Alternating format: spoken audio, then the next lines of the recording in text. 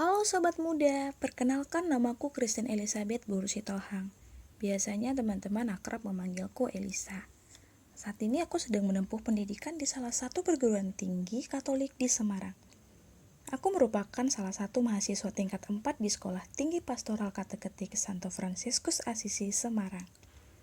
Aku berasal dari kota Pekanbaru Riau dan tinggal di lingkungan Stasi Kristus Raja Semesta Alam, Paroki Santa Maria Fatimah Pekanbaru. Nah, sebelum aku berbagi cerita dan pengalamanku, jangan lupa like, share, dan subscribe tentunya. Oke, let's go! Keutamaan dan martabat. Keutamaan yang aku miliki adalah cinta kasih, karena aku senang sekali berbagi dengan semua teman-temanku.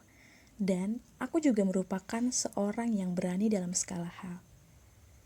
Karena kita merupakan makhluk ciptaan Tuhan yang secitra dengannya, maka martabat kita sebagai manusia adalah kita sama di mata Tuhan dan juga memiliki akal budi dan kehendak bebas yang sudah ada sejak kita lahir dan akan terus berkembang dalam proses kehidupan kita. Nah, aku akan bercerita tentang diriku dan pengalaman-pengalamanku. Tentunya begitu banyak pengalaman yang sudah aku lalui selama 24 tahun ini.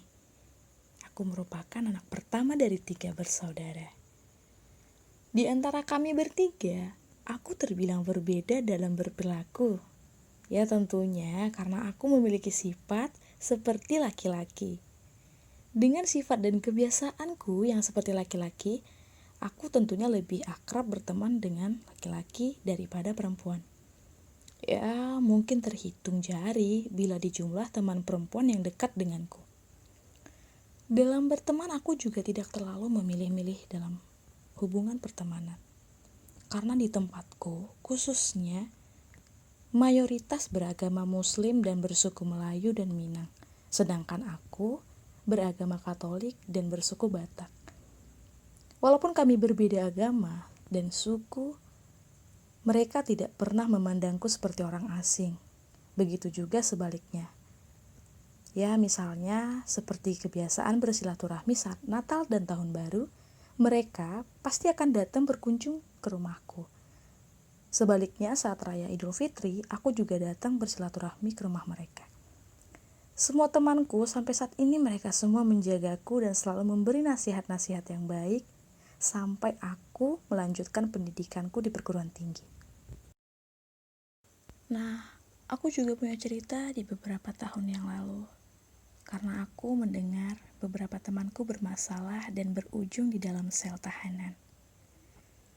Walaupun mereka terkena masalah, aku tetap menyemangati mereka dari kejauhan melalui komunikasi dengan keluarganya, dan kadang hampir setiap bulan dan di setiap hari Sabtu, aku datang menjenguk mereka. Saat itu tentunya saat kami sedang bertemu, pastinya kami akan saling curhat dan berakhirlah foto-foto bersama. Dan saat aku mengunggahnya di akun sosial mediaku, tak banyak beberapa teman menanyakan tentang kenapa aku masih berteman dengan status mereka yang sudah di penjara. Aku tentunya tidak keberatan untuk menjawab mereka. Aku menjawab mereka dengan tulus dan ringan bibir. Mereka hanya ingin membersihkan diri dari kehidupan yang membosankan. Bukan berarti mereka jahat. Walau mereka berbuat begitu, mereka tak pernah menyakitiku, tak pernah membiarkanku kekurangan nasihat, dan aku tidak pernah menganggap mereka jahat. Hanya mereka salah jalan saja. Kadang mereka sendiri juga sering bertanya kepadaku saat aku mengunjungi mereka. Kenapa kamu gak malu berteman dengan kami padahal kami sudah berstatus napi? Aku hanya melontarkan senyum, lalu menjawab, apakah yang harus aku maluin? Kalian kan temanku. Ya, memang kalian saat ini nakal. Aku hanya menjawab mereka seperti itu dan mereka tertawa. Bagiku, mereka itu baik, selalu melindungiku. Bahkan, mereka selalu menjadi inspirasiku untuk mengubah sifatku yang seperti laki-laki ini. Walaupun mereka sedang susah seperti itu, terpuruk seperti itu, aku hanya bisa menjadi penghibur bagi mereka dan memberi semangat bagi mereka saat aku mengunjungi mereka.